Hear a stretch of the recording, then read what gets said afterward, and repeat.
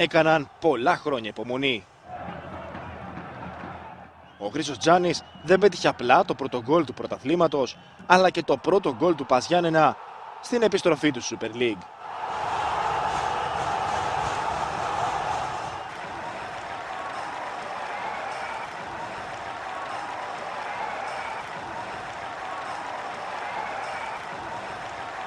Εντάξει, είναι ένα όμορφο συναίσθημα να πετυχαίνεις ένα τέρμα και να πετυχαίνεις και ένα τέρμα το οποίο έρχεται με το ντεμπούντο στην Α-Εθνική.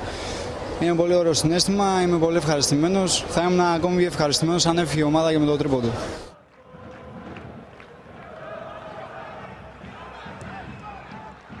Οι φιλοξενούμενοι ήταν εκείνοι που μπήκαν πιο δυνατά στο παιχνίδι και έδειξαν διάθεση να πάρουν τους 3 βαθμούς της νίκης. Πρώτη καλή στιγμή με τον Τζάνι και η δεύτερη έστειλε την μπάλα κόρνερ ύστερα από κόντρα σε αμυντικό της Ξάνθης. Ο Ξπούρνινγκ βλέπει την άμυνά του να δυσκολεύεται να αντιμετωπίσει τους φιλοξενούμενους που απείλησαν και με τον Μπακαγιώκο, αναγκάζοντας τον Ξπούρνινγκ σε απόκρουση και ένα ακόμη κόρνερ. Εδώ ο πρώην επιθετικός της Λάρισσας και του ΠΑΟΚ, ο οποίος πέρασε όποιον βρήκε μπροστά του και από εκείνον ουσιαστικά ξεκίνησε το γκολ για τον ΠΑΣ Γιάννενα με τον Τζάνι, που πήρε τις κόντρες και το rebound από την ασταθή απόκρουση του Ξπούρνινγκ. Έξαλλοι πανηγυρισμοί και από τον κόσμο του ΠΑΣ. Επέστρεψε στην Ελλάδα για τα μάτια της κόρης του και όχι μόνο. Έμεινε στην ξενιτιά αρκετά χρόνια και φόρησε τη φανέλα μεγάλων Ιταλικών ομάδων όπως η Μίλαν και η Ρώμα. Στην πρώτη του εμφάνιση με τη φανέλα του ΠΑΣ έδειξε την κλάση του. Ο Δημήτρης Ελευθερόπουλος ήταν εκείνος που στο δεύτερο μέρος δεν επέτρεψε στους γηπεδούχους να πετύχουν και δεύτερο γκολ, πέρα από εκείνο της ισοφάρισης με τον Λέιτε, στο οποίο ουσιαστικά προδόθηκε από την άμυνά του.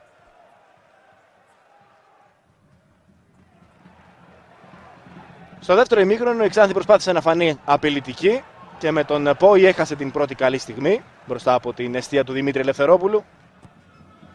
Ο ΠΑΣ απάντησε με κεφαλιά του Τζάνι που έδειξε ο Πόη πάνω στην γραμμή, ο οποίος γύρισε για να βρεθεί στην γραμμή της περιοχής και να απομακρύνει την μπάλα. Ο Μπακαγιώκο έχασε μία ακόμη ευκαιρία. Ο Ξπούρνινγκ βγήκε νικητής στην φάση αυτή για να πετύχει ένα δεύτερο γκολ ο ΠΑΣ Γιάννενα.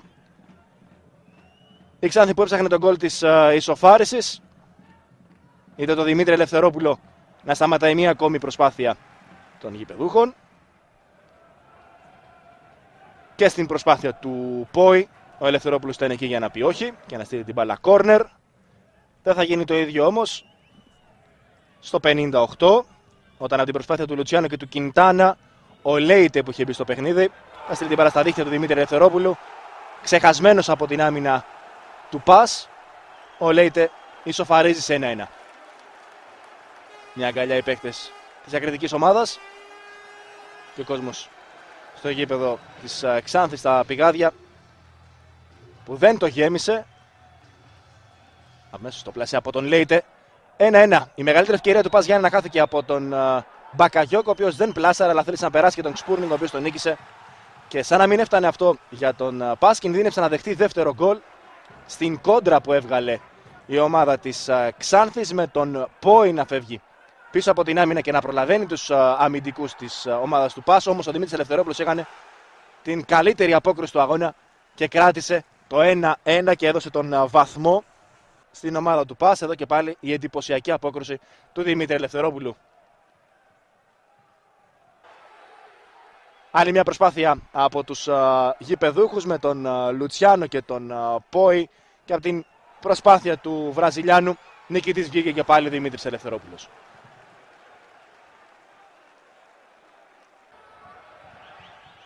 Και λίγο πριν το τέλος του αγώνα, η τελευταία προσπάθεια που έκανε η Ξάνθη να πάρει τη νίκη, ο Δημήτρης Ελευθερόπουλος παραχώρησε το κόρνερ για να μείνει το τελικό 1-1. Θεωρώ ότι έγινε ένα πολύ ανοιχτό παιχνίδι και από τις δύο ομάδες.